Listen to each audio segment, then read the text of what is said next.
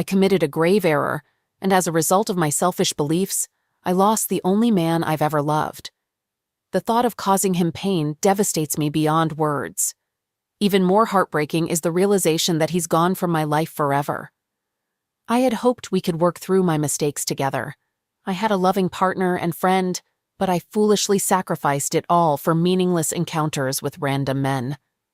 I was just 20 when I crossed paths with my future husband Donnie at the library.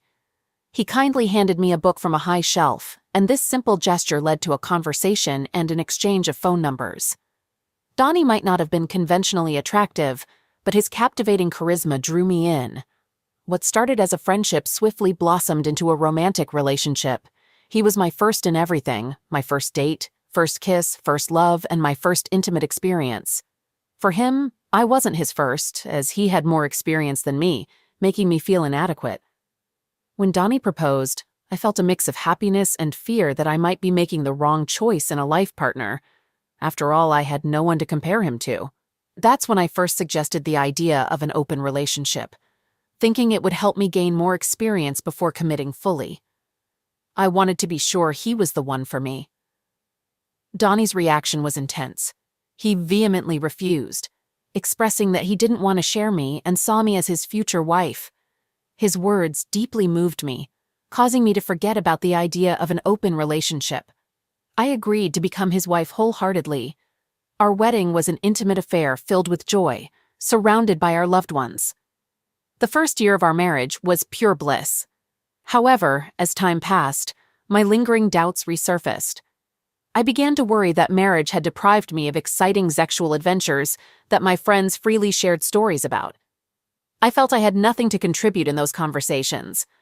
I decided to bring up the subject with Donnie, albeit hesitantly. At first, I hinted at the idea of an open relationship, but his reaction made it clear that pushing further might lead to losing him.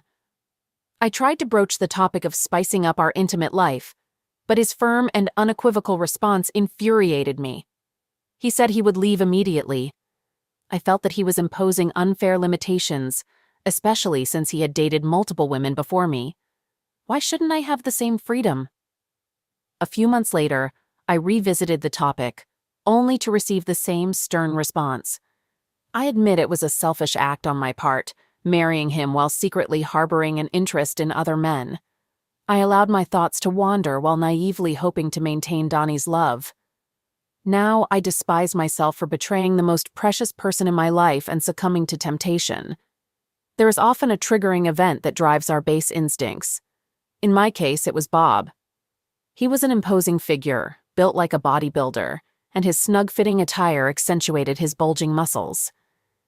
He effortlessly attracted the attention of women, an assertive, self-assured alpha male. Bob was relocated to my department, becoming my immediate supervisor.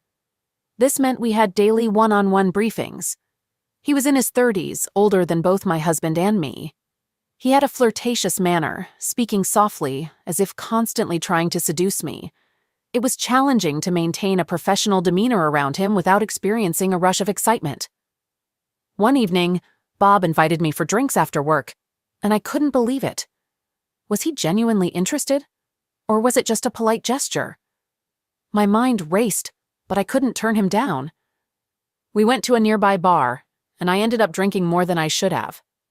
Our conversation shifted from formal discussions to intimate exchanges. I confessed my desire for more than just being committed to one man.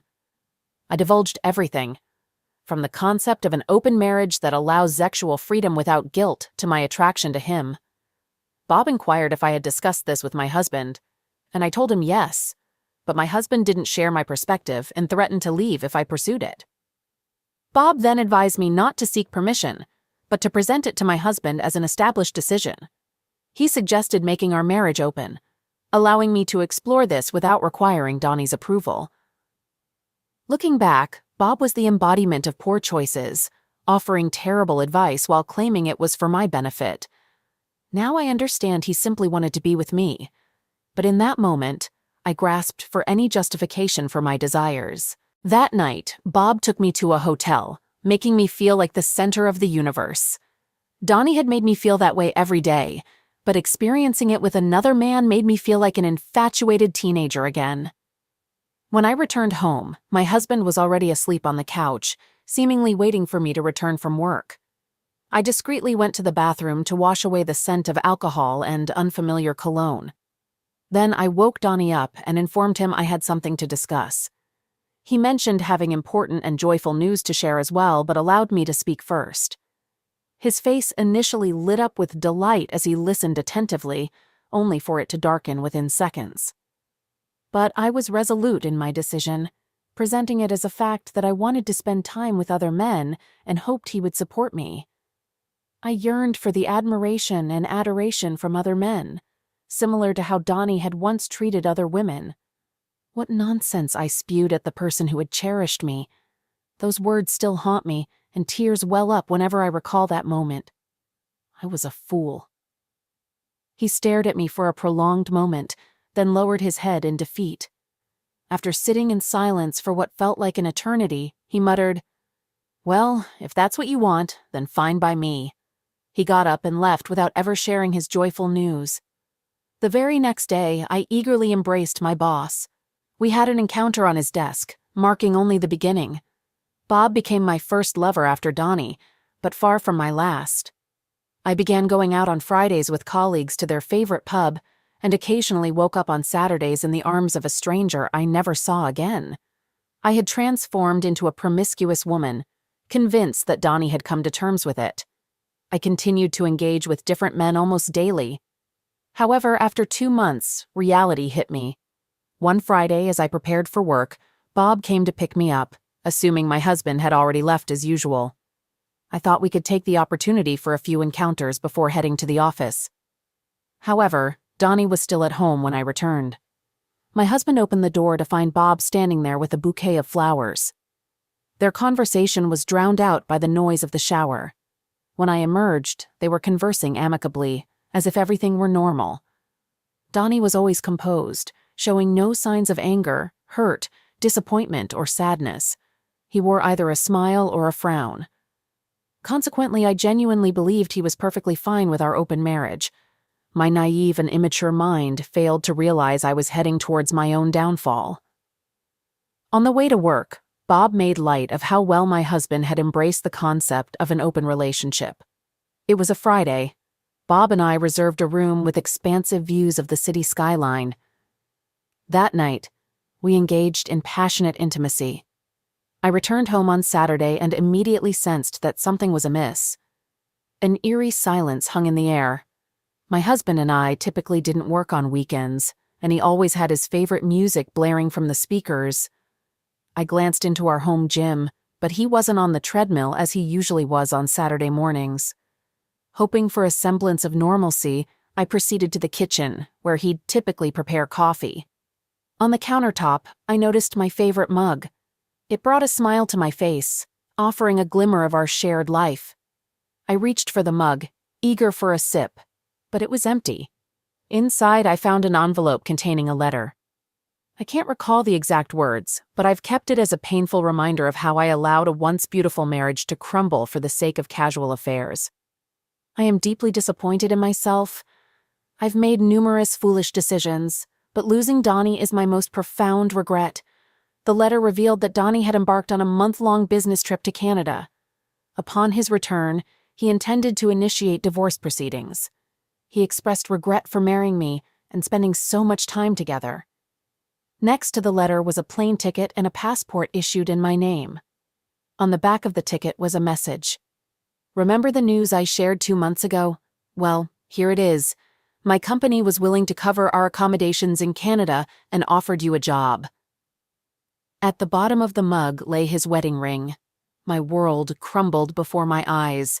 I spent the remainder of the day staring blankly at that mug, unable to eat or drink, just lost in despair. What followed was a profound depression as my life gradually unraveled. The very next day, as if following a script, Donnie's best friend arrived to remove all of his belongings. I wailed inconsolably as I watched him and some movers take away nearly everything that belonged to my husband. Donnie's friend shot me a disgusted look and called me a disgrace. His words stung then, But they cut even deeper now because since my husband's departure, my home has felt painfully empty and desolate. In an attempt to distract myself from the pain of losing my beloved, I hopped from one affair to another, from one bed to the next. I was trying to numb the ache deep within. Then, barely a week after everything had unraveled, Bob submitted a transfer request. When I asked him why, mentioning that I believed something special was developing between us, he responded coldly, stating he was moving on now that the excitement had faded. I felt utterly betrayed. My new boss immediately took a strong disliking to me. My personal life had left me in such anguish that it had a severe impact on my job performance. It didn't take long before I was terminated due to another mistake. My parents and friends disassociated themselves from me completely. Donnie's friend had spilled the beans about my promiscuous behavior. They wanted nothing to do with someone who had discarded her marriage for another man, branding me as a harlot. In a very short period, I lost every person who had meant something to me. A month later, Donnie returned from his trip and initiated our divorce proceedings. I made numerous attempts to plead with him, urging him to listen and allow me to explain. I even suggested couples counseling, suspecting I might have had nymphomania, but he completely rejected any engagement with me. By the time our formal separation was complete, I found myself without our cozy home, without the support of my loving partner, and without a single person who cared about me. I still harbor deep self-loathing for having ruined it all. All right, that was a fun story. Now let's move on to another exciting one. Stay tuned and let's dive in. My wife's name was Mona, and at 28, she may not have been considered conventionally attractive, but her incredible physique more than compensated for any facial imperfections. I adored her. She possessed intelligence, a great sense of humor, and I believed I could entrust her with my life. Mona worked as an environmental biologist for the state's Environmental Protection Department. As for me, I'm Jim, 30 years old, a civil engineer employed by a consulting firm. Together, we earned a comfortable income, and a year ago, we purchased a lovely 3-bedroom suburban bungalow. We crossed paths due to our careers, dated for 6 months, got engaged, and soon after exchanged vows in a church wedding. Before our marriage, we both pledged unwavering commitment to fidelity, mutual respect, and trust, laying a strong foundation for our union. Our plans included starting a family with children. Upon moving into our house a year ago, Mona struck up a friendship with a neighbor named Sally, who was active in local affairs. Sally, a divorced woman of Mona's age, often accompanied her on shopping trips and to the movies. I didn't mind since I preferred staying at home, where I could indulge in my love for books while Mona was out. Sally even introduced Mona to the local library board, where they served together. These board meetings, initially brief monthly gatherings, evolved into 4-hour sessions held twice a month a couple of months ago. Mona explained that the extended meetings were necessary to implement a more interactive computer system at the library. Due to her computer expertise, she was asked to collaborate with the head librarian after these meetings to establish criteria for the new system. It all seemed reasonable to me, so I didn't think much of it. I do recall that after her first lengthy board meeting, Mona appeared unusually edgy and distracted for a few days. When I inquired about the issue, she mentioned that the head librarian was challenging to work with and required special handling. Update. Now let's consider my observation of her damp hair. Finding her hair damp at the back indicated that she had either broken a sweat or taken a shower somewhere. But why would she be perspiring or need a shower while she was supposedly at a meeting? I knew she hadn't showered or even had time to splash her face at the sink after returning home, as I had been awake waiting for her. A quick whiff of her skin confirmed the presence of soap, and not the usual bath soap she used. Where could she have taken a shower? Perhaps at a motel? These suspicions left me less inclined to be intimate with her. Not tonight, honey. I'm too exhausted. The meeting was quite long and we both have work tomorrow. All right, sweetheart. Get a good night's rest. She shifted to her side of the bed, facing away from me, and drifted off to sleep. I found it peculiar that she wasn't interested in maximizing our intimacy during her fertile period. However, I recalled her consistently declining lovemaking after her library meetings, attributing it to fatigue. These recurring patterns raised further doubts. She likely wished to conceal any signs of her post-encounter looseness. We had discussed starting a family, having been married for 5 years, and waiting until we were financially secure with her no longer working. I had recently received a promotion, and we believed it was the right time to conceive, so she had stopped taking birth control pills a week ago. However, if she were involved with someone else and we divorced, I didn't want to be financially responsible for a child. I needed time to weigh my options. I lay awake for a while contemplating my next steps. Initially, I decided to delay being intimate with her. Confronting her with only a slight dampness as evidence of potential infidelity would likely lead to denial and laughter on her part. More substantial proof was required, which meant delaying intimacy to gather the necessary evidence. On the other hand, if there was a possibility that her lover had impregnated her tonight, she might be eager to have sex with me to cover it up. After considering all the possibilities, I settled on a plan that might work. If she had engaged in unprotected intercourse with someone else tonight, she would likely be desperate to have sex with me as soon as possible. To ensure her fertile period had passed and to implement my plan effectively, I would need to be away for at least a week, if not longer. Faking a business trip seemed like the best way to do this, as I rarely traveled for work. But when I did, it often required a week or more away from home, which would conveniently align with my plan. Now, what else did I need to know? Ah, yes. Who was her lover? How long had their affair been ongoing? Where did they usually meet? If their rendezvous coincided with library board meetings, it could imply that her lover might also be a board member. I needed to investigate further, so I quietly slipped out of bed, descended the stairs, and located her purse. This was where women typically kept their valuable items, making it a good place to begin my search for clues. While checking her credit cards, I stumbled upon one in her maiden name, Mona Spencer. It belonged to a bank we didn't normally use, and I couldn't help but wonder why she still had it. I had assumed she had disposed of all her old cards before our marriage, but evidently she had retained one. In a concealed pocket, I discovered a business card belonging to a certain Derek Matthews, the head librarian at our local library. This discovery was quite a shock since she had led me to believe that the head librarian was a woman. I proceeded to inspect the call logs on her cell phone, where I found Derek's name listed along with numerous calls both to and from him. It seemed their relationship had been ongoing for quite some time. There were no instant messages, suggesting that they likely communicated verbally. Nevertheless, I discreetly returned everything to her purse and decided to check our computer for messages. Upon further investigation, I found that she had a secured email folder. With some knowledge of security, I managed to bypass her protections and uncovered a treasure trove of messages between her and Derek, dating back to when she had started attending those late meetings with him. These messages revealed that they had been meeting at the Red Roof Inn near the interstate interchange. Some of their activities were clearly things she had never done with me. In one email, they even discussed me and Derek's wife. While their words weren't flattering, both claimed to love us. The more I read, the angrier I became. I copied all their emails to my own files, intending to print them later.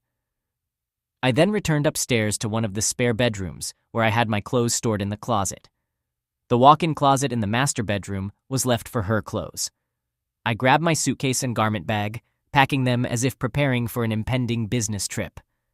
By this time, it was 5:30 a.m., and I dressed as though I were ready for travel. Entering our bedroom, I woke Mona, who sat up looking puzzled. "What are you doing up so early, Jim? Why are you dressed?" "I have a plane to catch, sweetheart," I replied. "I didn't get a chance to tell you last night, but I received a call from work. They urgently need someone to conduct a survey on some out-of-state projects. I'll grab a bite at the airport, so don't worry about breakfast." She gazed at me, trying to comprehend the news. "Okay, honey. How can I reach you if I need to?" "Just call me on my cell phone. Goodbye, sweetheart." I kissed her and headed downstairs with my bags. Suddenly, I heard a thud behind me and the sound of hurried footsteps. She appeared at the top of the stairs, calling out, Jim, what about trying for a baby? We were going to do that this weekend. We'll have to wait until next month, sweetheart. I'll call you when I reach my first destination." I heard a loud cry behind me as I opened the garage door and entered my car. I quickly left the garage and drove down the street, ensuring my cell phone was switched off as I headed towards the interstate. 2 hours later, I reached my dad's retirement home, situated by a lake in a more remote area. Dad was a widower and lived alone. Although my visit was unexpected, he immediately started preparing breakfast for us. While sipping his strong morning coffee, I confided in him about the situation with Mona. He expressed deep sympathy upon hearing about her betrayal. My parents had 2 sons, and I think he always secretly wished for a daughter, so Mona had filled that role for him. He couldn't believe she would do this to me. Son, I'm at a loss for words. Your mother and I had a rock-solid relationship, and to my knowledge, she never strayed. You'll need to take this one step at a time, but don't rush into any decisions without careful consideration, he advised. I understand, Dad. Tomorrow I'll head back to the city and consult with my lawyer, Ed Wiltsey. I need to understand what legal options are available to me. Ed is a trustworthy man. He won't steer you wrong. We've relied on his services for years. Okay, Dad. Your coffee is as excellent as always, and your omelets are great. Well, if you end up cooking for yourself, you'll have a chance to practice, he replied with a hint of humor. Around 9 o'clock that morning, I called my office and spoke to my boss. He agreed to inform Mona that I was on a business trip and could only be reached on my cell phone. He even instructed the receptionist to provide the same explanation to anyone who inquired about my whereabouts. I requested a week off, which he granted. Upon checking my messages, I noticed that Mona had attempted to contact me 4 times, requesting that I call her as soon as possible. I decided to wait until around noon to return her call, and when I did, she sounded somewhat anxious. Where are you, honey? Could I fly out to spend the weekend with you? I'm sorry, sweetheart, but I'm on the road and I'm not certain when I'll be able to establish a place to stay for a while. Let's make sure we plan something for next month, I replied. Gotta go now, the guys are calling me, I added as I heard her say, I love you, before ending the call. My dad, who had been listening, simply shook his head. The following day, I scheduled an appointment to meet with Ed Wiltsey. Upon returning to town, I discussed my situation with him. It's good to see you, Jim. What can I assist you with? Ed asked. Ed, my wife has been unfaithful to me with another man, and I'd like to understand my legal options. Over the next half hour, we explored the potential courses of action, and Ed recommended that if I sought a divorce, the simplest approach would be to base it on irreconcilable differences. Pursuing a divorce on grounds of adultery would require me to bear the burden of proof, which could be costly and challenging to obtain evidence that would hold up in court.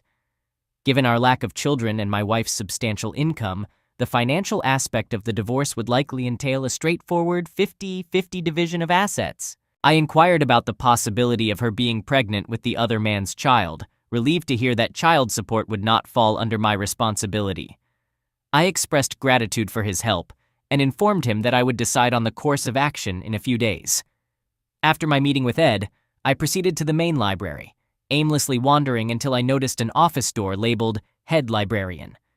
Picking up a magazine, I settled down in a spot where I could keep an eye on the office door and waited. Approximately 30 minutes later, the door opened, revealing a man around my age. He didn't strike me as particularly handsome, which made me wonder why she would jeopardize our marriage for an affair with him. I left and made my way to a local electronics store, where I purchased an expensive voice-activated recording device. Afterward, I headed to the Red Roof Inn, where they had been meeting, and booked a room for the night. With some time to spare, I returned home discreetly and revisited our PC.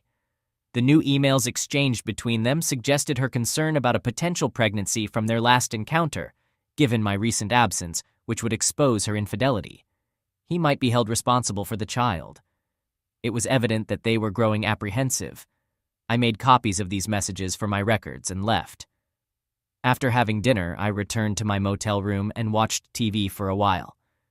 Later, I turned it off, lying on the bed, deep in thought, pondering why she had chosen to act as she did, jeopardizing our marriage. As far as I knew, our relationship had been filled with love, wonderful plans for the future, including starting a family and retiring together. Yet, she had thrown it all away. Our sex life had been fulfilling when we first married. Her response to my business trip indicated that she had engaged in unprotected intercourse with him, potentially resulting in a pregnancy. Her decision to give him the opportunity to father her child led me to believe that she harbored deep feelings for him. Overwhelmed by emotions, tears welled up as I reflected on the time we had spent together. Although there had been moments of joy during our years together, the pain of our ending overshadowed it all. I eventually came to the realization that even if she didn't become pregnant by him, I couldn't find it in my heart to forgive her. Divorce seemed to be the only solution, but I knew I had to confront her first, and I wasn't looking forward to it. At around 8 o'clock, I used my cell phone to call home and spoke with her. It was evident from her voice that she had been crying, so I asked her what was wrong. "You don't sound well, sweetheart. Are you sick?" "Oh, Jim, I just want you home." "Well, I'll try to resolve things as quickly as I can. Hang in there. Why don't you go and talk to Sally? I'm sure she can cheer you up." I half suspected that Sally might have been involved in my wife's infidelity, so I had nothing to lose if they spent time together. "Okay, honey. Hurry home. I love you." "I will, sweetheart. Goodbye." I hoped she noticed that I didn't reciprocate with an "I love you" when I signed off. At 11 o'clock that night, I went to the motel office and found a young man working alone. I was relieved about that because a female clerk might have refused to do what I was about to ask. After some friendly conversation while we were alone, I offered the young man $100. Given his not-so-great pay, the offer was tempting enough for him to agree to provide me with a record of the times my wife and Derek had stayed at the motel. I gave him my wife's maiden name and the date when I suspected their rendezvous had started. I assumed they would use the credit card in her maiden name, which I had found in her purse, to minimize the risk of discovery. He promised to work on it that night and have the list ready for me in the morning. I went to bed feeling down and had a restless night's sleep. Early the next morning, I returned to the motel office, and the young man had the list ready for me. It confirmed my suspicions. They had checked in after the library meetings. I showed him a picture of my wife, and he recalled her, as she had registered using her credit card. They typically only use the room for about an hour or so before leaving in separate cars. He mentioned that this was typical of many cheating spouses he had seen. After having breakfast, I headed back to my dad's place. I spent the rest of the week fishing, and on Thursday, I called Ed Wiltsey and asked him to proceed with the divorce papers. He assured me they'd be ready in a few days. I continued to call home every evening, pretending I was in a different city. Mona sounded increasingly despondent with each call, and I began to feel a twinge of pity for her. However, I couldn't bring myself to let her off the hook. I wanted my revenge, though it was bittersweet. I returned home on a Friday afternoon while she was still at work. Based on their recent emails, it seemed that the affair was winding down, likely due to the fear of her pregnancy. It appeared that I wouldn't need the tape recorder anymore, so I could return it and get a refund. I had gathered enough evidence of her infidelity from their email correspondence. I began printing 2 copies of their email communications, thinking that Derek's wife might benefit from having a record of their affair. My next decision was whether to confront Mona immediately or wait to see if she became pregnant. When Mona got home from work, she threw herself into my arms, tears in her eyes. "Oh, Jim, I missed you so much. Sweetheart, what's wrong? Did something happen, like a plumbing issue?" I asked. "No, I just realized how much I love and missed you after you left." "As soon as we've had dinner, I want to take you to bed. If you're that eager, I should consider going away more often." No, I don't want you to leave me again." "All right, sweetheart, let's go out to eat and then come back home for some quality time. It sounds like a plan," I said with a smile, noticing her tears. I felt like a terrible person. We had a surprisingly calm dinner at our favorite bistro, and when we returned home, she began undressing as she ascended the stairs to our bedroom. By the time I reached the bedroom, she was already lying on the bed. "Hurry, honey." Looking at her, I knew I would miss her, but I couldn't bear to share her with anyone else. She had been exclusively mine, and now she wasn't. I knew she expected me to make love to her in case she was pregnant. However, I reasoned that it didn't really matter whether she was pregnant or not. It was over, and I needed to tell her. I sat up on the side of the bed. "Mona, we need to talk. I can't go on pretending picturing you with Derek." I heard her gasp, and when I turned to look at her, she stared back at me in horror. "It's over, Mona. I'm going to file for divorce." She suddenly got up and rushed toward the bathroom.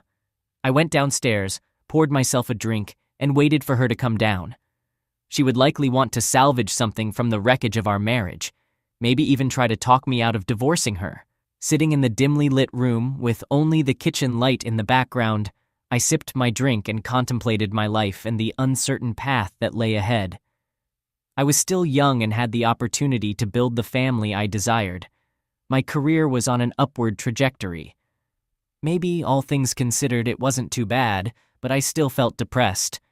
It seemed like she was starting to enter a state of denial and would be down soon. A few minutes later, I heard her descending the stairs, and I observed her as she entered the living room and sat across from me. I reached up and turned on a light. "Are you ready to talk now? Are you ready to explain why you did it?" I asked. "Yes," she whispered. "I really don't know why. The first time we did it, I swore I wasn't going to do it again. We started meeting for a drink after our meetings, and you know how things heat up after a couple of drinks. It seemed exciting, and it got easier after a few times.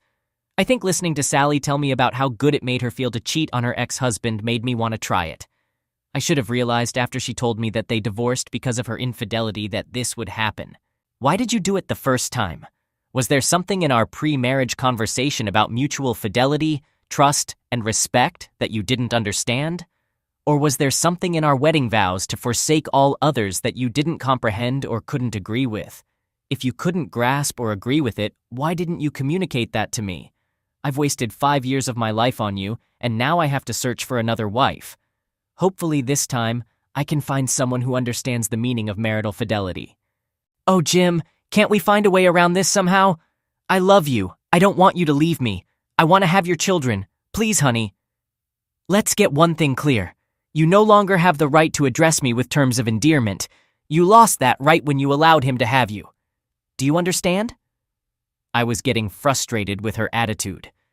She was still in denial about our impending divorce, but I had to maintain my composure and stay on a higher ground. "Speaking of children, when do you think you'll know if you're pregnant?" This was the second time tonight that I had seen her look at me as though she couldn't believe what she had just heard. "Oh my God, you know?" "Yes, I know, Mona. Why do you think I faked that business trip? I wanted you to start feeling some pain. That's the primary reason I'm divorcing you. You deliberately tried to get pregnant by your lover. You were hoping I'd accept you after waiting a day after he deposited his seed in you, and then hope I'd assume responsibility for your lover's child. Well, that isn't going to happen. What you tried to do was as treacherous an act as any woman can commit against her husband. It was utterly disrespectful to me. There's no way under the sun I can ever forgive you for that. Even if you hadn't done that, I might have considered forgiving you if it had happened just once and stopped. But you kept going back for more. You became addicted to cheating, and there's no way I can ever trust you again, even if you undergo 20 years of therapy. Now, do you have anything to say that could mitigate your actions?" "No," she replied, as tears streamed down her face. "That's it then. I've already initiated the process with Ed Wiltsey to have divorce papers prepared. They should be ready by Monday. We'll split all our assets 50-50, and there will be no alimony, even if you're pregnant. No child support. It won't be my child. Do you agree to this arrangement?" "It sounds okay. I will talk to a lawyer before I sign, but it sounds okay," she sobbed. "Very well then. I will sleep in the spare room until we officially separate. In the meantime, I'll be looking for an apartment. You can stay here and entertain your lovers after I'm gone. It's over between Derek and me. I gathered that from your emails. It's a shame you didn't end it a long time ago. No, tomorrow I'll go explain everything to your parents and your brother. I don't want you giving them a story that makes this all my fault. They need to know what kind of daughter they have. If you're pregnant, I'll also find a way to let your coworkers and our friends know what you've done to me." "Oh no!" She began crying again, and I got up and went upstairs to bed. The next morning, I woke up early and left the house before she woke up, taking a copy of the emails and motel records with me. She had cried most of the night and must be exhausted by now. I had breakfast at IHOP. From now on, I would be eating out quite a bit, so I thought I'd better get used to it. Taking my time over my coffee, I waited until 7:30 and headed over to Mona's parents. They were early risers, so I didn't think it would be inconvenient to arrive early. I knocked on the kitchen door, and I saw that they were having breakfast. Mona's dad waved me in when he recognized me. Upon entering, they pointed to an empty chair at the table as Mona's mother poured me a cup of coffee. "What are you doing over here this early, Jim? Would you like some breakfast?" Mona's dad inquired. No breakfast. I've already eaten at IHOP, and I've got some bad news that I didn't think you should hear secondhand." "Bad news?" Mona's mother dropped the coffee carafe she was still holding, and it shattered on the tile floor, breaking. "Divorce? Why, Jim, surely you're not serious? You were planning to start a family, she exclaimed. I found out that she's been cheating on me for the last few months and she might already be pregnant by her lover, I explained. Mona's younger brother, Simon, entered the kitchen and heard my statement. He exclaimed, and they all stared at me as though I'd told them the world was coming to an end. They all started to talk at once. Are you sure? You've got to be kidding. Where is she? Can't you work this out? Who is the other man? They bombarded me with questions, and I tried to answer them as best I could. Yes, I'm sure. I have emails and motel records to prove it, and she admits to it. She's at home right now, as far as I know, unless she's gone over to her friend Sally's for sympathy. I don't think I can work this out because I'm certain she tried to get herself pregnant by him and planned to pass the child off as mine. That's something no husband can forgive. Her lover is Derek Matthews, the head librarian. He's married too, and I understand he has children. Mona's mother hurried to the phone. I'm calling her right now. This is too sad to believe that a daughter of mine could act so badly. I wish you would, I responded. She's not only ruined our marriage, but probably his as well.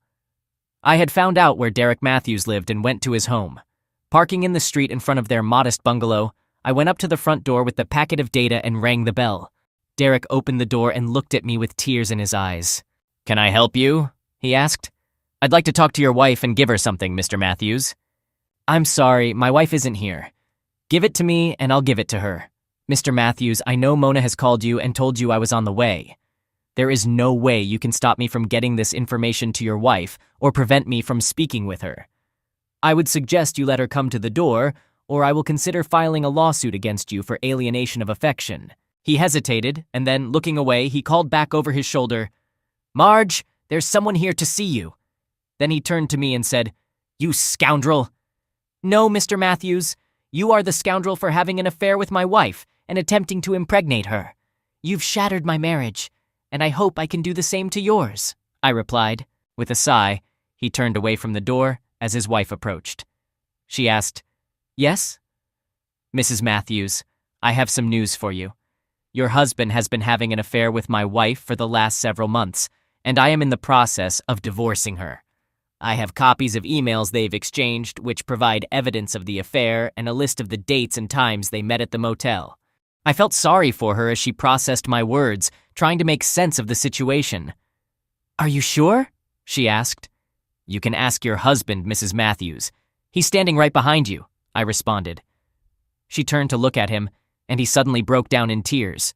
I'm sorry, Marge. I'm so sorry, he sobbed. Her face reflected sadness, and I expressed my own sorrow, saying, I'm sorry too, Mrs. Matthews, that we married such sorry excuses for spouses. I'm also sorry for you and your children. You should be aware that my wife may be pregnant by your husband. I suppose we won't do anything about that until it happens. Handing her the package, I told her she could do whatever she wanted with it, and then turned and walked away. She looked profoundly sad, and I wished there had been a way to shield her from this situation. I had achieved my initial goal and returned home. Mona's car was gone, and I didn't know or care where she had gone. Just a short time ago, I felt incomplete unless she was around or I thought she was safe somewhere else. Now I didn't care. I changed my clothes and began mowing the lawn. Final update. Mona was indeed pregnant, and against her family's wishes, she chose to have an abortion. She became essentially estranged from her family. Our divorce went through as I had initially proposed, and I'm now single, searching for a new wife. Having been betrayed once by someone I thought I could trust without question, I am now struggling with determining the new criteria I should use to select a partner. I've been attending therapy and researching psychological morality. I don't know if it will help, but I am still searching. I did have one more opportunity for revenge against Mona. 2 years after our divorce, I learned that she was engaged and found out who her fiancé was.